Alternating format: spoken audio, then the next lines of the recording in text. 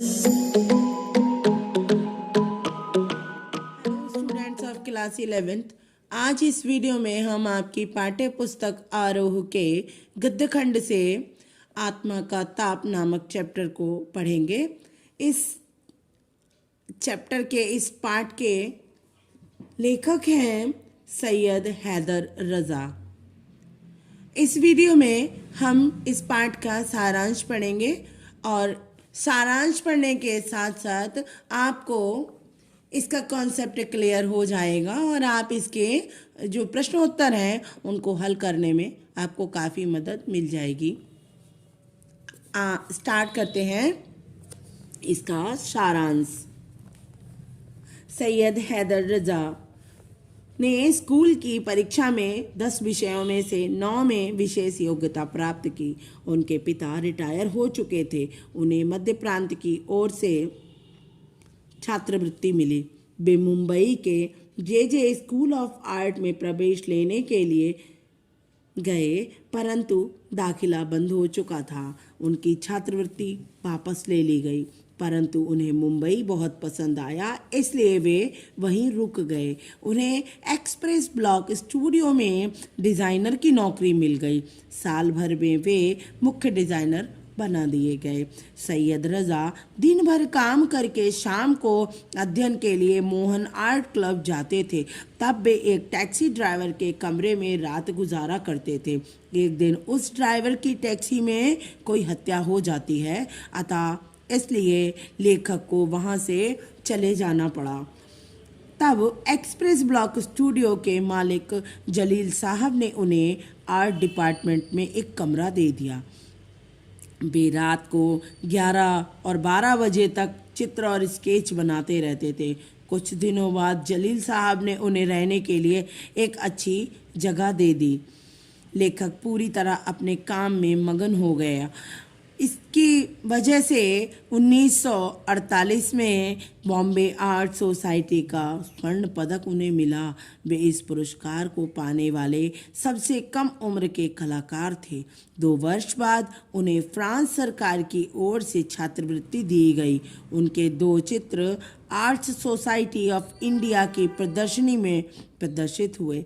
कला समीक्षक Rudolph von Leyden ने उनके चित्रों की काफ़ी प्रशंसा की।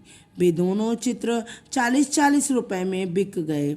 ये पैसे उनकी महीने भर की कमाई से भी अधिक थे। लेखक को प्रोत्साहन देने वालों में वेनिस अकादमी के प्रोफेसर वाल्टर लैंगहैमर भी थे। उन्होंने लेखक को काम करने के लिए अपना स्टूडियो दे दिया। वियना के एक कला संग्राहक एमेनुअल श्लेसिंगर भी उनके प्रशंसक बने। इन सबके प्रोत्साहन से लेखक का काम दिन ब दिन निखरता चला गया। लैंगहैमर उनके चित्र खरीदते गए। आखिर में 1947 में वे जे स्कूल ऑफ आर्ट के नियमित छात्र बन गए।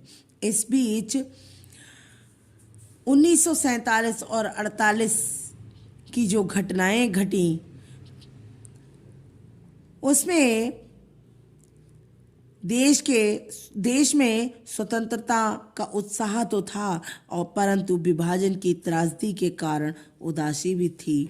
लेखक अपने अन्य युवा कलाकारों की संगत में रहता था। उन्हें लगता था कि वे चाहें तो पहाड़ भी हिला सकते हैं, अतः अपनी शक्ति के अनुसार काम में जुट गए। लेखक 1948 में श्रीनगर गया। तभी वहाँ कबायलियों का आक्रमण हुआ। लेखक ने तय कर लिया कि वो भारत में ही रहेगा और वह बारामूला चला गया। घुसपैठियों ने बारामूला को ध्वस्त कर दिया। एक दिन एक पुलिस ने उन्हें लेखक को बस से उतार लिया। लेखक ने उसे शेख अब्दुल्ला का सिफारिशी पत्र दिखाया, जिसमें उसे कश्मीर में कहीं भी रहने की इजाज़त थी। पत्र देखकर पुलिस वाले ने उसे माफ़ी मांगी। श्रीनगर में रहते हुए लेखक की भेंट फ्रेंच फोटोग्राफर हेनरी कार्तिके ब्रेसा से हुई। उन्होंने लेखक के चित्रों की प्रशंसा करते हुए कहा कि आपकी रचना को अभी आपके चित्रों को आधार रचना को जानने की ज़रूरत है।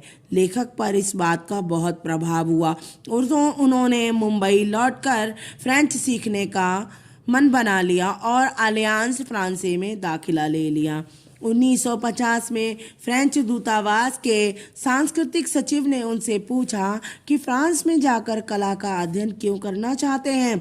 लेखक ने बताया कि फ्रेंच कलाकार चित्रण पर अधिकार रखते हैं। कहने का तात्पर्य है कि जो फ्रेंच कलाकार हैं वो चित्रण को बखूबी जानते हैं।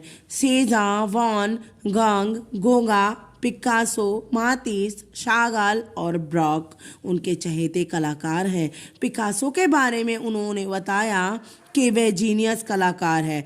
सुनकर सचिव ने 1 वर्ष के बजाय 2 वर्ष के लिए छात्रवृत्ति प्रदान की। लेखक 2 अक्टूबर 1950 को मार्सेई पहुंचा। मुंबई के जीवन में उसे एक ऊर्जा मिलती थी। लेखक की आत्मा में जो ताप होता था वो सबको दिखाई देता था। लोग काम करने वाले को हर प्रकार की मदद करते हैं। पाठ के अंत में सैयद हैदर रजा अपने कुटुंब के युवा लोगों को संदेश देते हैं कि वे परिश्रम करें तो उन्हें सब कुछ मिल सकता है। कुछ पाने के लिए सर्वस्व अर्पण करना पड़ता है, लेकिन आजकल संपन्न परिवारों के बच्चे संभावनाएं होने के बावजूद भी कोई काम नहीं करना चाहते, जबकि लेखक कहता है कि उसके मन में अब भी काम करने का जज्बा है और मुंबई वाला दौर उसे जागृति का चरण दिखाई पड़ता है और तब उसे आजीविका कमानी थी। पर सच ये है कि पैसा कमाना महत्वपूर्ण होता है, परंतु जीवन का अंतिम सच नहीं होता। इसके साथ ही आपका ये चैप्टर और इसका ये सारांश कंप्लीट होता है।